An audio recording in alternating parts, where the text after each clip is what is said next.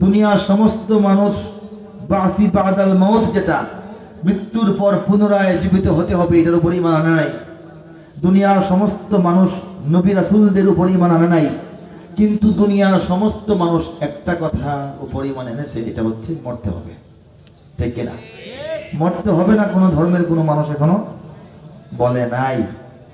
যেহেতু মরতে হবে, হায়াত চলমান, এটা 70, 80, 90, 100, 120, 30, 50 শেষ তো হবে নাকি?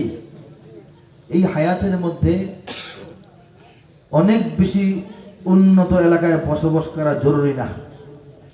জরুরি না, জরুরি হইল সেই এলাকায় ঈমান এবং ইসলাম এবং কুরআন নিয়ে বসবাস করা। কথা ঠিক কিনা জোরে বলেন? এটা বাস্তবতা। এটা মনে করবেন না যে হুজুর আমাদেরকে এটা বুঝ দেওয়ার জন্য না। দুনিয়ার নানা প্রান্ত ঘুরে দেখে বুঝে শুনে এসে তারপরে কথাটা যা আগে বিশ্বাস করতাম, এটা প্রমাণ পেয়ে এসে বলতেছি, দুনিয়ার জীবনের মধ্যে যেখানে আল্লাহ পাক একটা মাদ্রাসা দিয়েছেন, একটা মসজিদ দিয়েছেন, আজান হয়, আজানের আওয়াজ কানে আসে, মসজিদে গিয়ে নামাজ পড়া যায়, আল্লাহকে সিজদা করা যায়, কোরআন শরীফটা খুললে একটু পড়া যায়, আর কোরআনের তেলাওয়াত বাচ্চাদের কানে আসে, এই এলাকার চাইতে উন্নত এবং ভালো এলাকা হতে পারে না।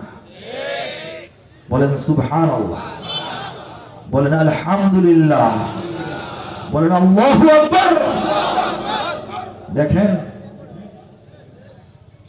আল্লাহর নবীগণ তাদের যুগের মানুষদের ঈমানের জন্য আল্লাহর কাছে দোয়া করেছেন, কান্নাকাটি করেছেন। আল্লাহর নবী রাসূলগণ তাদের নিজের ঘরের মানুষদের ঈমান নসিব হওয়ার জন্য আল্লাহর কাছে দোয়া করেছেন, কান্নাকাটি করেছেন, করেন নাই? এরপরও হযরত নূহ আলাইহিস সালামের একটা ছেলে বেঈমান ছিল, ঈমান নসিব হয় নাই, পিতার সঙ্গে সে মুমিনদের জাহাজে উঠতে পারে নাই, তার তকদিরে কোলায় নাই, সে কাফের অবস্থায় কাফেরদের সঙ্গে আল্লাহর গজবে আযাবে নিপতিত হয়ে ধ্বংস হয়ে গেছে। বলেন নাউযু বিল্লাহ। কত বড় নবী, 950 বছর দাওয়াতি কাজ করেছেন, অথচ নিজের সন্তান, এই সন্তানটাকে আল্লাহ দ্বীন ও ঈমানের জন্য কবুল করেন নাই। আমাদের সকলের পিতা হযরত ইব্রাহিম আলাইহিস সালাম, বলেন সুবহানাল্লাহ। ইব্রাহিম খলিলুল্লাহ, আমরা বলি সুবহানাল্লাহ। ইব্রাহিম খলিল দুনিয়ার সমস্ত একত্ববাদী তৌহিদপন্থী মুমিনদের পিতা। এটা আমি আপনি নাম দেই নাই, এটা নামটা কে দিয়েছেন? তিনি বলেন মিল্লাতা আবিকুম ইব্রাহিম হুয়া সাম্মাকুমুল মুসলিমিন। তোমাদের চিন্তা, তোমাদের চেতনা, তোমাদের অনুভূতি, তোমাদের আদর্শ, তোমাদের দর্শন, তোমাদের বিশ্বাসের পিতা হযরত ইব্রাহিম কে বলেছেন? হুয়া সাম্মাকুমুল মুসলিমিন। আর ইব্রাহিমই তোমাদের নাম রেখেছেন মুসলিমিন। আমরা যে বলি মুসলিমিন, আমরা মুসলমান, মুসলিম নামটা কে রাখছেন?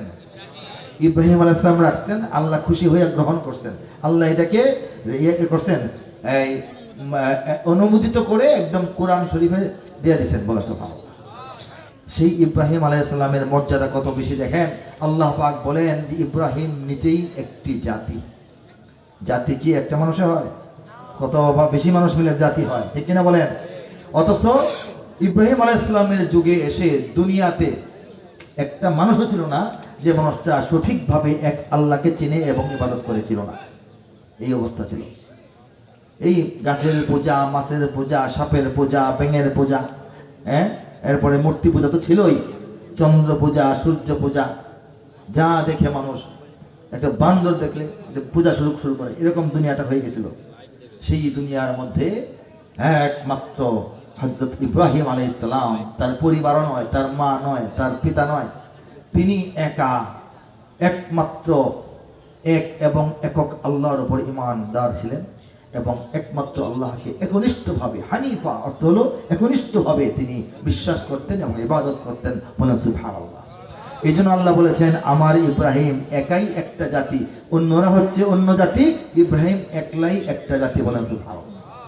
ওই যে একাই এক জাতি এবং সমস্ত মুসলিম জাতির পিতা, সেই পিতার যিনি পিতা, ইব্রাহিম আলাইহিস সালামের একজন পিতা ছিলেন না, ওনার তকদিরে আল্লাহ পাক ঈমান লেখেন নাই।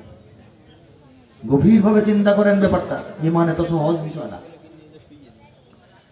ইমানে তো যে আমার দুনিয়ায় সমস্ত ইমানদারদের পিতা যাকে বানাবো তার পিতাকে মুমিন বানাই, আল্লাহ তো এই কাজটা করেন নাই। আমাদের নবী, প্রিয় নবী, মহানবী, উঁচা নবী, বড় নবী, শেষ নবী, শ্রেষ্ঠ নবী, আকায়ে নামদার, তাজদারে দু আলম, মাহতাবে মদিনা, আফতাবে মদিনা, সৈয়দুল মুরসালিন, খাতামুন নবিয়্যিন, হযরত মুহাম্মদ মুস্তাফা মুর্তজা মুজতবা সাল্লাল্লাহু আলাইহি ওয়াসাল্লাম জন্মের পূর্বে পিতাকে হারিয়েছেন, শিশু বয়সে মাকে হারিয়েছেন, চাচার ঘরে লালিত পালিত হয়েছেন। চাচা আবু তালেব চিন্তায়, ভাবনায়, জ্ঞানে, গুণে, বুদ্ধিতে, কৌশলে, সততায়, স্বচ্ছতায়, সব দিক থেকে আভিজাত্যে, বংশ পরিচয়ে মক্কার শ্রেষ্ঠ ব্যক্তি, যিনি নেতৃত্ব দেওয়ার যোগ্য ছিলেন বলেই মক্কার নেতা ছিলেন। এই মানুষটার অন্য কোনো দোষ নাই, মানবিক দোষ অনেক কম, কিন্তু মানুষটা ইমান ছাড়া দুনিয়া থেকে বিদায় হয়েছে, ঠিক কিনা বলে?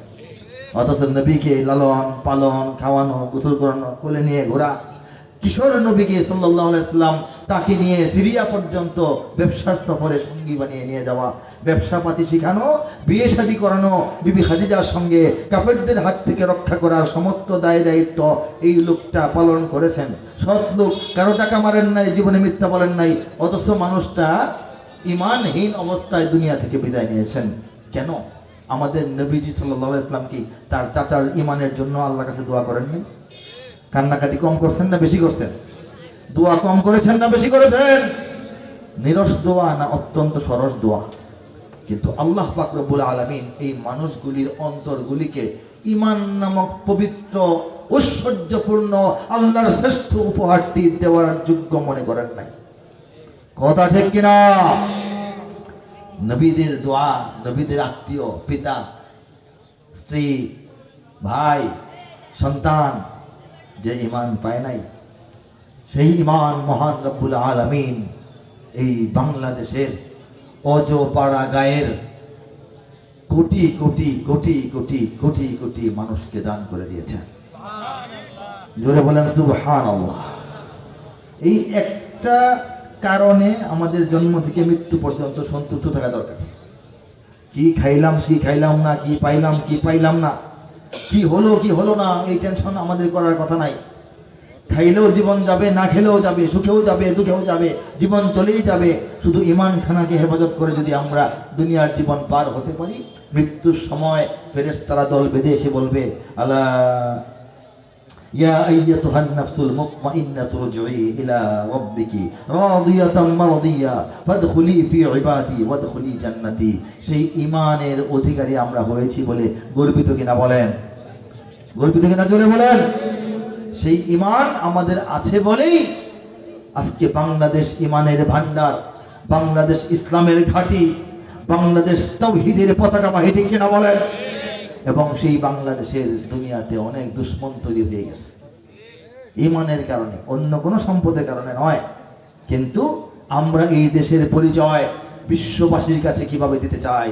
এভাবে দিতে চাই, এদেশে আল্লাহু আকবরের সুরে সূর্য ওঠে, এদেশে আল্লাহু আকবরের সুরে সূর্য ডোবে, এদেশে আল্লাহু আকবরের সুরে সূর্য ওঠে, এদেশে আল্লাহু আকবরের সুরে সূর্য ডোবে। ঠিক হলে জোরে আওয়াজ দেন। এখনো ভয় পান নাকি? এদেশের মাল্লা মাঝি কিষান মজুর সবার ঠোঁটে শোনো রে লা ইলাহা ইল্লাল্লাহর জিকির ওঠে। এদেশের মাল্লা মাঝি কিষান মজুর সবার ঠোঁটে শোনো রে লা ইলাহা ইল্লাল্লাহর জিকির ওঠে। ঈমানের তপ্ত আগুন জ্বলছে সবার বুকে বুকে, ঈমানের তপ্ত আগুন জ্বলছে সবার বুকে বুকে, সেই আগুন দেশ হতে দেশ দেশান্তরেও জ্বলতে হবে। এদেশে আল্লাহু আকবরের সুরে সূর্য ওঠে, এদেশে আল্লাহু আকবরের সুরে সূর্য ডোবে। এদেশের পথে ঘাটে, এদেশের বাজার হাটে, এদেশের এদেশের গঞ্জে গ্রামে খোদার নামের তসবিহাতে কত পীর আউলিয়াদের অশ্রু ঝরে গভীর রাতে। যে দেশের সন্তানেরা বক্তব্যে যায় কোরআন বুকে, যে দেশের সন্তানেরা বক্তব্যে যায় কোরআন বুকে, সে দেশে আল কোরআনের শাসন কায়েম করতে হবে। এদেশে আল্লাহু আকবারের সুরে সূর্য ওঠে, এদেশে আল্লাহু আকবারের সুরে সূর্য ডোবে। ঠিক না?